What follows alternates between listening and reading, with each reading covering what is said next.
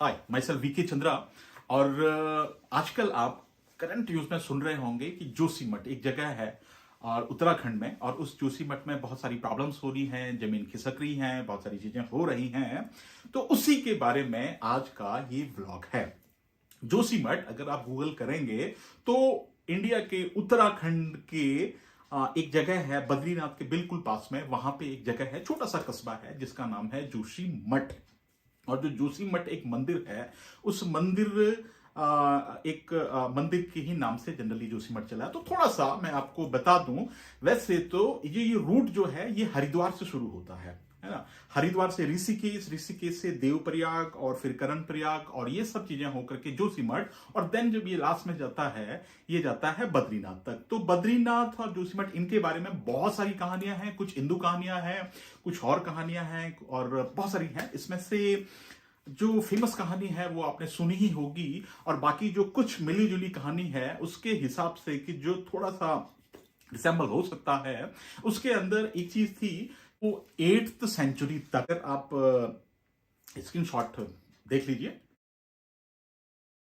8th century तक इस पे जो बौद्धिस्ट थे उनका कब्जा था, उनका एक तरह से बौद्ध मठ था। और बाद में 9th सेंचुरी में जो हिंदू धर्म के शंकराचार्य, आदि गुरु जो शंकराचार्य थे, वो आए और उन्होंने पूरे भारत को एक सूत्र में पिरोने के लिए जो ये जगह है जो आज की करंट बद्रीनाथ है, वहां से उन बौद्धिस्टों को बोला कि आप यहाँ को से आपको दूसरी तरफ हम रिप्लेस कर देते हैं। और उस टाइम के राजा जो थे कनकपाल की मदद से उन्होंने वहां से उनको खाली कराया, और वहां पे उन्होंने वहां से फिर बद्रीनाथ को स्टैब्लिश किया। और उसके पीछे बहुत सारी चीजें हुई। थोड़ा सा पीछे जो है जो एक हिल स्टेशन आप समझ सकते हैं कि वहां पे जो है जोशीमठ। तो जो जोशीमठ है वो जोशीमठ 7th सेंचुरी के अंदर एक डायनेस्टी थी, कत्तूरी डायनेस्टी। तो कत्तूरी डायनेस्टी के जो फाउंडर जो थे, उनके जो फाउंडर जो थे होंगे वसुदेव, आई थिंक ऐसा उनका कुछ नाम है। उन्हें उनकी याद में, वो भी आई थिंक बौद्धिस्ट कोई थे, और उनकी याद में उन्होंने एक वहां मठ बनाया जिसका नाम ज्योतिर्मठ और वासुदेव कुछ इस तरह से था। बाद में ये रिप्लेस होकर के और जोशीमठ नाम से हो गया। तो ये तो था मोटा मोटा इसकी हिस्ट्री। बाकी इसके बारे में और भी बहुत सारी कहानियां हैं, कितनी सही है कितनी गलत है ये तो सब आप लोगों को डिसाइड करना है। लेकिन जो आज की जो करंट सिनेरियो वहां का है, उसमें किस तरह की स्थिति वहां पे बनी हुई है, ये देखते हैं कुछ इन पिक्चरों में।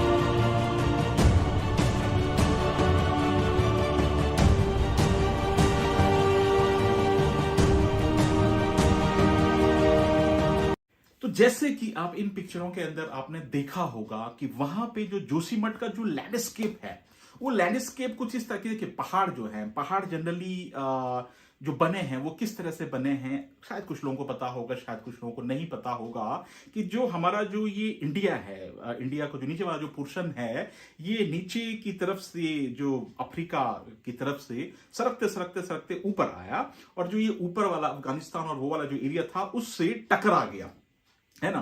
और जब दो प्लेट जब आपस में टकराती हैं, तो जहां पे वो टकराई वहां का जो कुछ एरिया है वो ऊपर उठ गया।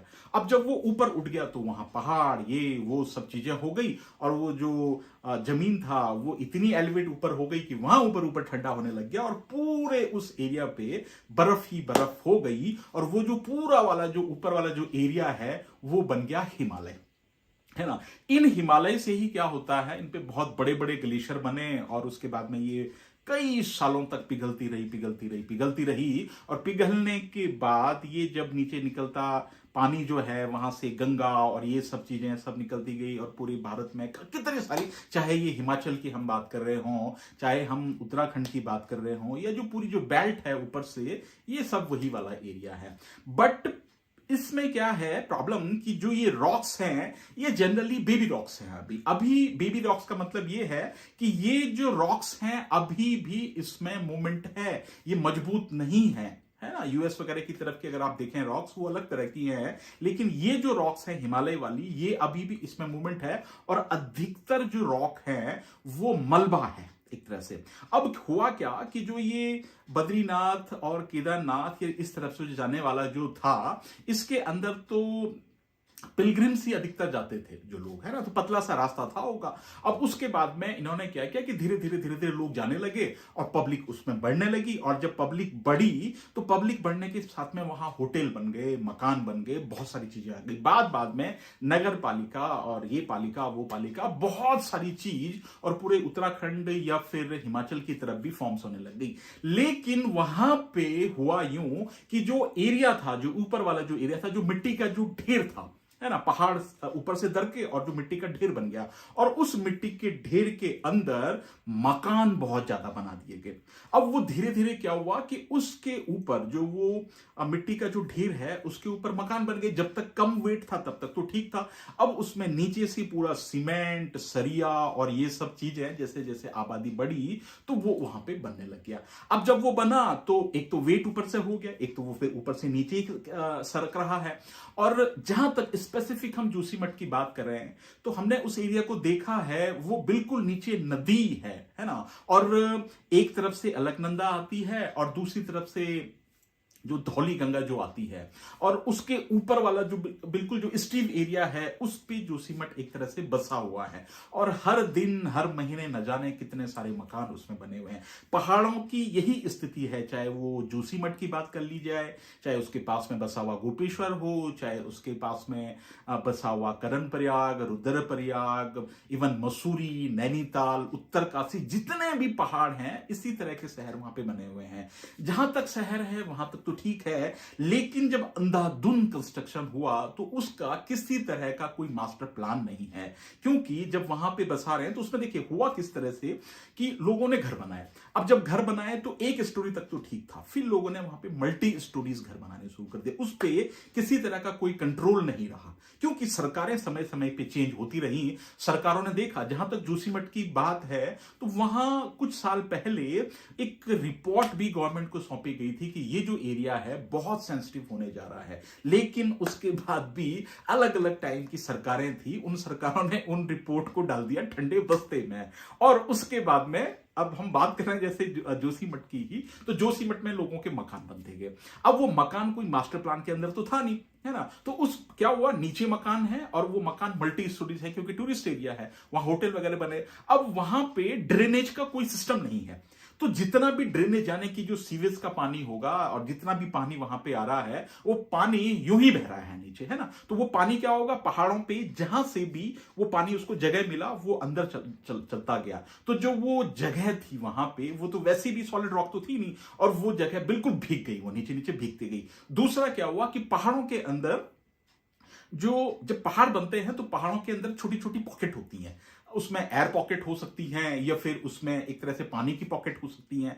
फिर क्या हुआ कि अभी बारिश एक तरह से नहीं हो रही है, तो बारिश होने की वजह से वो कुछ कुछ भीग जाती हैं। अब बारिश जब नहीं हुई तो वो जो एयर पॉकेट है, वो एयर पॉकेट क्या हुआ कि पहले कहीं पानी से भरी हुई होती थी होंगी, अब वो पानी से जब भरी नहीं तो उसके बाद में वो अंदर श्रिंक कर गई, तो वो वाला एरिया भी वहां पे हिलने लगा, ड्रेनेज का पानी भी उसमें जा रहा। उसके ऊपर जो जोशीमठ है, जोशीमठ के जो ऊपर है और वो जहां पे बर्फ बहुत ज्यादा पड़ती है, औली, वहां से भी जितना जो पानी था बर्फ का वो भी वहां जाता रहा और वो भी भरता गया भरता गया भरता गया। तो ये जो पार्ट्स था नीले वाला, जो नीचे वाला जो पार्ट्स था, वो स्लोली स्लोली स्लोली स्लोली नीचे निकल ही रहा था। ये स्थिति लगभग 6, 7, 8 साल, 9, 10 साल पहले से भी हो रही थी। अगर आप लोग बद्रीनाथ के रूट पे जो गए होंगे तो नीचे का जो रूट है उस रूट हल्का हल्का कहीं ना कहीं वो ऐसे आड़ा टेढ़ा आप लोगों ने देखा होगा, लेकिन फिर भी सरकारों ने इसमें ध्यान नहीं दिया। सरकार किसकी है? सरकार तो हमारी ही है, और सरकार हम ही लोगों के लिए है, तो सरकार ने ध्यान दिया नहीं। और पब्लिक ने जब कहा तो पब्लिक ने भी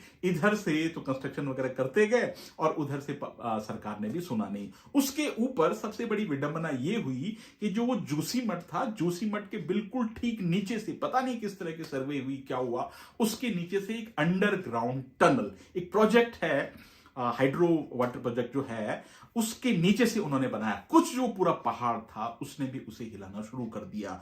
अब देखिए, एक तरफ से ऊपर का पानी उसमें जा रहा है, जो बर्फ वाला पानी है वो भी उसमें जा रहा है, वैसे ही वो जो जमीन है वो पूरी हिली हुई है, और नीचे से वो टनल का काम भी हो रहा है, तो हल्की हल्की दरारें उसमें आती रही, और ये जोशीमठ का आज इस तरह से होता गया। अब वहां की स्थिति आज की तारीख में ये है कि पूरे जो मकान है वो धीरे धीरे धीरे धीरे स्लोली नीचे, क्योंकि जो जोशीमठ की जो जमीन है वो वैसे ही ऊपर का टूटा हुआ जो मलबा है उस मलबे पे ही पूरी जमीन है। और ये जो बात केवल जोशीमठ की नहीं है, जितने भी सारे पहाड़ हैं, उन पहाड़ों पे जो शहर बसे हुए हैं, उन सब की स्थिति ऐसी की ऐसी ही है। और जिस तरह का जो जोशीमठ में काम हो रहा है उस तरह का सब जगह हो रहा है। तो आप उम्मीद कर सकते हैं कि आज अगर जोशीमठ में ये स्थिति है, इस बात की क्या गारंटी है कि कल की तारीख में कुछ और जगह, नैनीताल में आपने लास्ट टाइम देखा होगा इसी तरह की चीजें वहां पे हो रही है। इवन यहां तक कि जो मसूरी जो हिल स्टेशन है वहां पे भी इस तरह की छुटमुट घटनाएं एक तरह से हो रही हैं, क्योंकि अल्टीमेटली पहाड़ हैं। इन पहाड़ों को संवारेगा कौन, देखेगा कौन? क्योंकि देखिए, जिम्मेदार सबको ही होना पड़ेगा। तो ये तो बात रही एक प्रॉब्लम की। अब ये बात कही जा रही है कि उनको जो वहां के जो लोग हैं उनको ट्रांसफर किया जाएगा इधर। खैर, अपने लेवल पे तो वो करेंगे ही, लेकिन किस किस को ट्रांसफर किया जाएगा? आज जोशीमठ को ट्रांसफर कर रहे हैं, कल क्या गोपेश्वर को भी आप ट्रांसफर करोगे? कल क्या उत्तरकाशी को भी आप करोगे? कल आप नैनीताल को भी ट्रांसफर करोगे? किस किस को ट्रांसफर करोगे आप? हिमाचल में इस तरह की स्थिति है, किस किस को आप ट्रांसफर करोगे? इस प्रॉब्लम का सोल्यूशन ढूंढना बहुत जरूरी है, और केवल ये जिम्मेदारी सरकार की ही नहीं है, ये जिम्मेदारी हम नागरिकों की भी है। तो सबसे पहले कुछ आइडिया जिसके लिए जो हो सकते हैं, जो हमें समझ में आया कि पहली बात तो जो ये जो पहाड़ है, इन पहाड़ों पे हमें इतना वजन नहीं डालना चाहिए कि ये अपनी कैपेसिटी से बाहर हो जाए। अंधाधुंध जो विकास जो हो रहा है, विकास तो क्या है, वो तो पैसे कमाने का एक साधन है। रोडें बहुत चौड़ी की जा रही हैं। क्या आप अगर रोड चौड़ी कर रहे हैं तो आपको इन पहाड़ों की नाजुकता के बारे में आपको पता है? वैसे भी जो ये जोशीमठ और चमोली वाला जो एरिया जो है, ये वैसे ही भूकंप के हिसाब से फॉल्ट लाइन पे है ना, और वो कभी भी हिला तो उस स्थिति में ये क्या हो सकता है? सरकारों को चाहिए था कि यहां पे जो अंधाधुंध जो कंस्ट्रक्शन हो रहा है उस पे किसी तरह का कंट्रोल किया जा सकता था। जो हाइड्रो जो प्रोजेक्ट बन रहे हैं उनको देखा जा सकता था कि क्या ये सही है या नहीं है, लेकिन उन्होंने उसमें एक ही तरफ देखा कि किस तरह से हम उसमें पैसा कमा सकते हैं। और दूसरा ये था कि हम जो लोग हैं, हमें भी सिर्फ अपना लालच दिखा कि किस तरह से हम भी पैसा कमा सकते हैं। एक मंजिल के ऊपर दूसरा मंजिल, दूसरे मंजिल के ऊपर तीसरा मंजिल, क्योंकि हर शहर उत्तराखंड का जो है उसमें ड्रेनेज का आज भी कोई विकल्प नहीं है, और जहां पे कोशिशें की जा रही हैं तो हमें नहीं लगता कि वो सफिशिएंट है। क्योंकि जहां मैं एक शहर में देखा, वहां पे ड्रेनेज और की जो व्यवस्था जो हो रही थी, इतने छोटे से जो वो पाइप हैं और उसके अंदर से सीवेज वगैरह निकलेगा, तो क्या ये पॉसिबल है? तो सोचना है हमें। केवल सरकार के ही भरोसे रहेंगे तो जो उत्तराखंड जो देवभूमि है और जो बाकी जो हिमालय वाली जो बेल्ट है, उस बेल्ट का क्या होगा ये तो आप ही सोच सकते हैं। तो अपनी अपनी जिम्मेदारी को हम समझें। आज भी बहुत देर नहीं हुई है, और अगर हम इसी तरह से बेतहासा अगर हम लालच करते रहे, चाहे वो सरकारें हों चाहे वो हम हो, तो आगे ये उत्तराखंड और ये पहाड़ नहीं शायद बचेंगे। इस तरह के जोशीमठ हर जगह हो जाएंगे। So thank you very much, आपने इतनी देर तक हमें सुना और देखा। अब आपको छोड़ जाते हैं कुछ इन पिक्चर्स के ऊपर।